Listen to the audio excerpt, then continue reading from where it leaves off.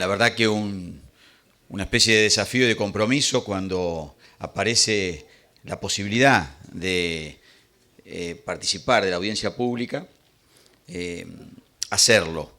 Nosotros, junto con compañeros que ya se han expresado más temprano, tuvimos la responsabilidad de administrar la AFCA en Neuquén.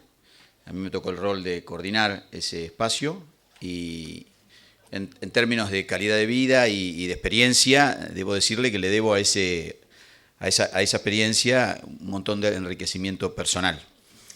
El tema que yo agendé para tratar de presentar y de compartir es más bien en el marco de una reflexión sobre el valor de la política, el valor de los gobernantes en los gobiernos y en las políticas de Estado.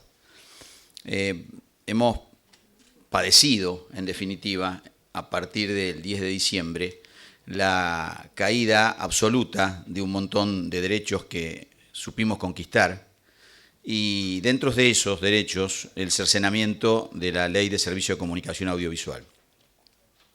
Inmediatamente fue la decisión de quienes hoy gobiernan cercenar la Ley de Servicio de Comunicación Audiovisual, lo que en términos de prioridades de gestión o prioridades de gobierno indican la trascendencia que tiene la herramienta para quienes diseñan una metodología de trabajo, una metodología de gobierno, una metodología de gobernar. En general, las decisiones que se toman primero son las decisiones que se buscaban tomar y se necesitan tomar y se ambicionan tomar y por alguna razón sostienen posteriormente las decisiones que continúan a esas, ¿no? Esto se da en muchos órdenes de la vida. Esta ley que de alguna manera se desmembró y se desnaturalizó y que ha preservado algunas instituciones como la de la Defensoría del Público, que hoy nos permite este encuentro, fue trabajada, construida por muchísima historia y por muchísima gente. Tiene tanta historia como la humanidad, la búsqueda de la expresión y de la expresión clara y concreta y explícita y de que eso sea de dominio popular es tan histórica como la humanidad en su búsqueda por el poder, en su búsqueda por la organización. Pero en la República Argentina, en las últimas décadas hubo intentos varios para tratar de llegar a una herramienta como la que tuvimos y nos han desmembrado. Esos intentos siempre estuvieron en manos de grupos de acción política, de organizaciones sociales, de organizaciones políticas, de organizaciones humanas al fin, que también concebían, como muchos de nosotros, que donde hay una necesidad hay un derecho. Pero para que esos derechos se transformen en ejercicio, para que esos derechos sean ejercidos por el común denominador de las personas, se requiere de gobernantes y de gobiernos y de políticas de Estado.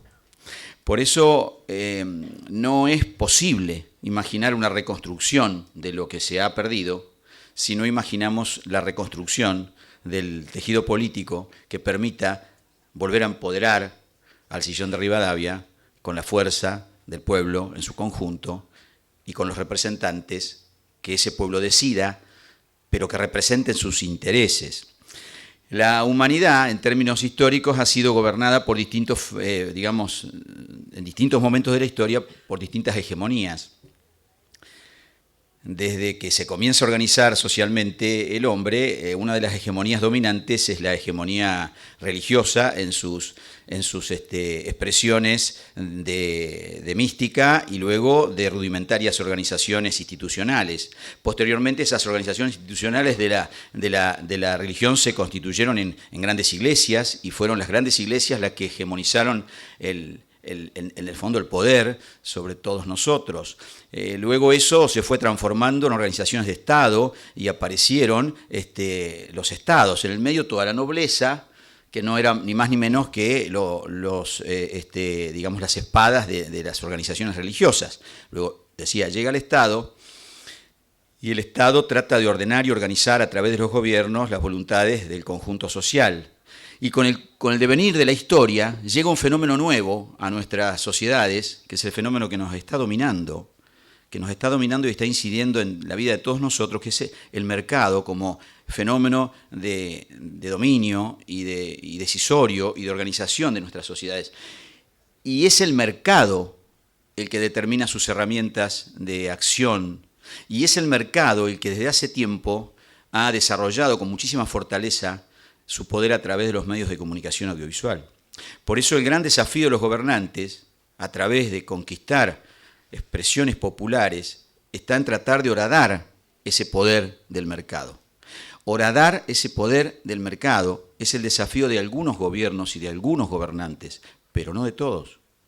Nosotros estamos gobernados en este momento por instrumentos de ese mercado, por instrumentos claros de ese mercado. Por eso nos gobiernan las empresas, porque nos gobiernan el mercado, no solamente como fenómeno hegemónico del mundo, sino como organización política ahora.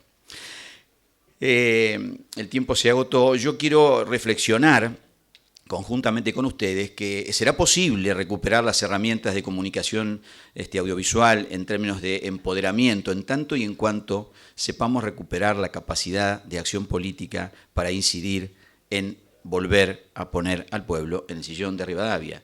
Y este desafío no es un desafío menor, porque es un desafío que ha sido de alguna manera ninguneado por algunas organizaciones, por algunos partidos, por algunas sociedades, por algunos conjuntos. No sé, me parece que si de algo debemos aprender es que la política, como herramienta de transformación, debe estar presente en todos los debates, en todas las organizaciones, y uno debe caminar hacia ese sentido. Por eso celebro la aparición de grupos como Resistiendo con Aguante, como Empoderados, que van generando el caldo de cultivo de que todos volvamos a debatir política, la apertura de los partidos políticos, de los centros de estudiantes, porque está ahí donde se va a reconstruir la capacidad de acción política de nuestro pueblo para volver a tener gobernantes como Evo, como Chávez, como Maduro, como Néstor, como Cristina, como Correa, gobernantes que supieron hacer de los derechos un empoderamiento, de los derechos un servicio, porque no nos sirve reconocer que donde hay una necesidad hay un derecho si no logramos construir la fuerza política y poner a los gobernantes que permitan que esos derechos sean realmente un servicio público. Ese es mi aporte y mi reflexión en esta audiencia. Muchas gracias, muy amable.